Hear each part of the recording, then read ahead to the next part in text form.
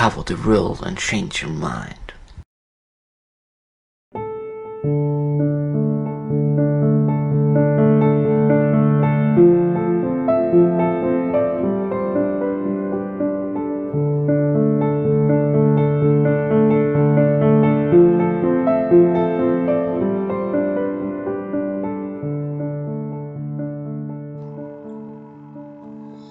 이런 점을 한번 생각해 볼까요?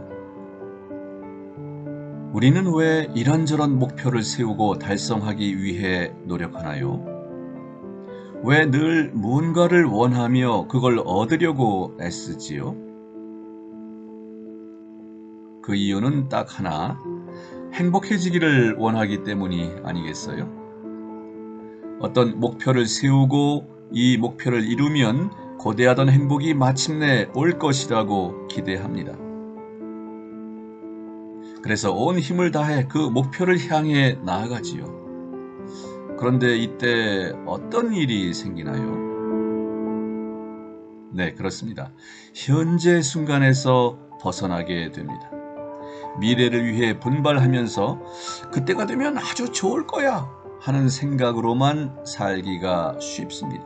그 결과 현재에서 행복해질 기회를 놓치고 맙니다. 이건 달리 말하자면 지금 있다는 기쁨과 평온과 만족스러움을, 현재 순간을 받아들이기만 하면 거기에 다 들어있는 것을 누릴 수 있는 기회를 스스로 내팽개치는 셈입니다. 하지만 목표가 이루어졌다고 쳐요. 예를 들어 원하던 대로 부자가 됐어. 혹은 몇 년 동안 꿈꾸던 근사한 집으로 이사했어. 바라던 직장을 얻었어. 혹은 이상적인 짝을 마침내 찾았어. 만났어. 그때는 정말 행복하지요. 드디어 꿈이 이루어졌어. 다 좋아. 네, 요즘 젊은이들 표현으로는 완전 좋아. 하지만 어떻습니까? 어떻게 생각하나요? 이 행복감이 평생 지속될 것 같나요? 1, 2년, 10년, 20년 지나서도 역시 행복하다고 느낄까요? 물론 아니에요. 그 이유는 간단합니다. 형태들의 세계인 바깥 세상에서는 모든 게 끊임없이 달라지니까 그렇습니다. 만약 우리네 행복이 형태들의 세계인 바깥 세상이나 외부 환경이나 물질적인 것에 달려 있다면 그런 행복이 오래가지 못하리라는 것은 불을 보듯 뻔합니다. 우리한테 행복을 가져다 준 것이 사라지거나 바뀔 수 있지 않습니까? 우리를 행복하게 만든 외적인 것과 자신을 동일시한다면 필연적으로 불행해지지 않을 수 없습니다.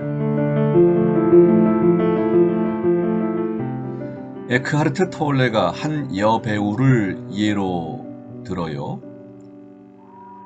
이 여배우는 젊어서 아주 예뻤고 그래서 기쁘고 행복하다고 느꼈어요. 그러나 노년기에 그 아름다움이 사라지면서 기쁨과 행복감도 사라졌고 그러자 자신이 아주 불행하다고 여기다가 결국 세상을 등지고 말았어요. 은둔자가 되고 말았어요. 그런데 만약 그녀가 자신을 자기 외모와 동일시하지 않고 내면의 영원한 삶과 동일시했더라면 자신의 노화를 차분하고 평온하게 지켜볼 뿐 아니라 내면의 진정한 영적 아름다움을 내뿜을 수도 있지 않았을까요?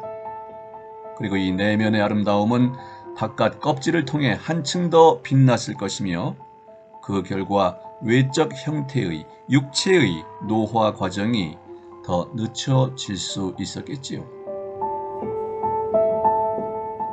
한마디로 에고가 열심히 쫓아다니는 행복은 지속적일 수가 없습니다. 이 세상은 이 행복에 뒤이어 그 반대되는 것이 늘 따라붙게끔 설계되어 있습니다. 즉, 만약 오늘 무언가를 얻어서 행복하다면 그것이 언젠가는 없어질 테고 그러면 불행해질 수밖에 없다는 뜻입니다. 상승 뒤에는 늘 하강이 뒤따르고 그러다가 또 상승하고 또 오르고 내리고 오르고 내리고 세상살이가 실제 그렇지 않습니까? 여기에는 영구한 것이라곤 전혀 없습니다. 행복이 오면 그 뒤에는 늘 그것과 전혀 다른 것이 찾아오기 마련입니다. 그러므로 사람들이 흔히 생각하는 행복을 추구할 때, 즉 외적인 무언가로 이루어지거나 얻는 행복을 추구할 때 이건 사실 환상을 좇고 있는 겁니다. 그런 행복은 어차피 사라지며 정반대의 것으로 바뀔 텐데 그걸 얻기 위해 힘과 에너지를 많이 허비하고 있는 거지요. 에크하르트 톨레는 행복과 불행이 본질적으로는 같은 것이라고 결론을 내립니다. 행복이 불행이 되는 것은 단지 시간 문제일 뿐이에요. 그러나 우리가 이미 앞에서 알게 됐다시피 시간이 환상이기 때문에 행복과 불행은 불가분의 관계에 있다는 결론이 나옵니다. 행복과 불행이 같은 것이라고? 오 마이 갓! 무서워. 끔찍해라. 이런 느낌이 드나요? 하지만 좀 더 알고 나면 여기에 무슨 나쁘거나 무섭거나 끔찍한 것은 전혀 없습니다. 인생은 돌고 도는 것이며 업과 다운이 있어요. 꽃이 피면 지고 달이 차면 기울듯이 우리네 인생도 그렇습니다. 이게 자연스럽고 정상입니다. 이런 자연적인 과정을 우리는 있는 그대로 받아들이기만 하면 됩니다. 이 대목에서 노파심이 좀 드는군요. 혹시 그렇다면 어차피 사라질 것인데 어차피 안정된 진짜 행복을 주지도 못하는 외적인 뭔가를 얻고 이루려고 온 힘을 쏟을 필요가 있을까? 의미가 있겠어? 이런 생각이 드나요? 지금 우리 얘기가 세상사의 무관심이나 반감, 무노동, 무의도식 혹은 나아가서 부정적인 태도를 부추기자는 건 물론 아닙니다. 진짜 행복의 원천은 바로 우리 안에 내면에 있다는 얘기를 하는 겁니다. 이 원천은 우리 안에 살고 있는 존재요 우리의 참된 나입니다. 이건 그 무엇에도 좌우되지 않는 행복의 원천이에요. 마르지 않는 행복샘입니다. 현재 순간과 연결되고 내면의 존재에 들어서면 우리는 바깥에서 무슨 일이 벌어지든 상관없이 평온하며 행복하다고 느낄 수 있습니다.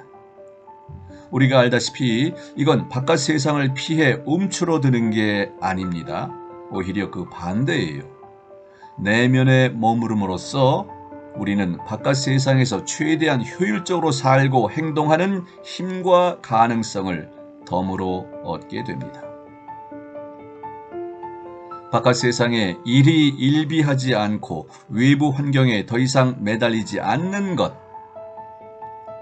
이건 불필요한 목표에 힘을 허비하지 않고 정말 필요한 것만 얻으면서 에고가 아니라 참된 나에게 필요한 것을 취하면서 걱정 근심 없이 차분하고 행복하게 살기 시작한다는 뜻입니다.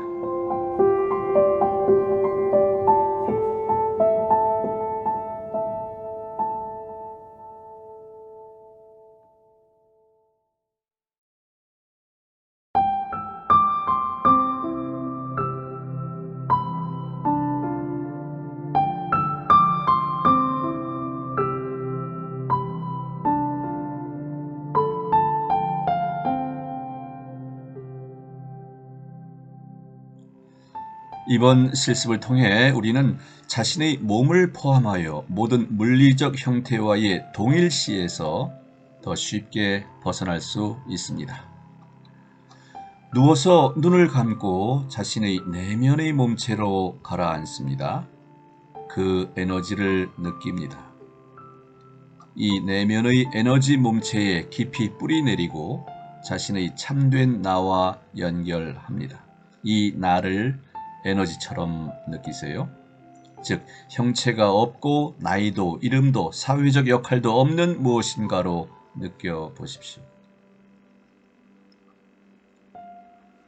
자기 몸을 내면의 목격자의 눈으로 인식합니다. 이 몸이 녹는다고 상상하세요. 몸이 한층 더 가볍고 투명해져요. 형태를 잃고 공간과 하나가 되어 완전히 무게를 잃습니다. 이때 우리의 본연의 나는 간직됩니다. 즉 우리는 그 어디로도 사라지지 않아요. 우리가 내가 공간이 되고 공허가 되지만 진정한 나로서는 사라지지 않으며 내면에 깊이 뿌리 내린 상태는 없어지지 않습니다. 공간에서 너가 그렇게 사라짐으로써 환희와 흔쾌함 같은 것을 느낄 거예요. 호흡에 집중하면서 다시 몸을 느낍니다. 내면에 뿌리 내린 상태를 계속 유지합니다.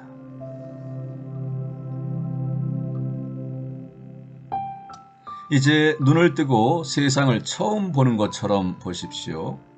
지금 보는 모든 것에는 이름도 정의도 없다고 상상합니다. 눈에 들어오는 것들을 우리는 전혀 알지 못하고 그것들에 관해 판단도 하지 않아요. 우리와 세상 사이에 마인드가 걸어놓은 라벨은, 낙인은 더 이상 아무것도 없습니다. 늘 거듭나며 항상 새로운 존재를 형태들의 세상 뒤편에서, 너머에서 보십시오. 형태들 세계 바깥에서 이 존재를 인식하는 상태에 원하는 만큼 머무릅니다.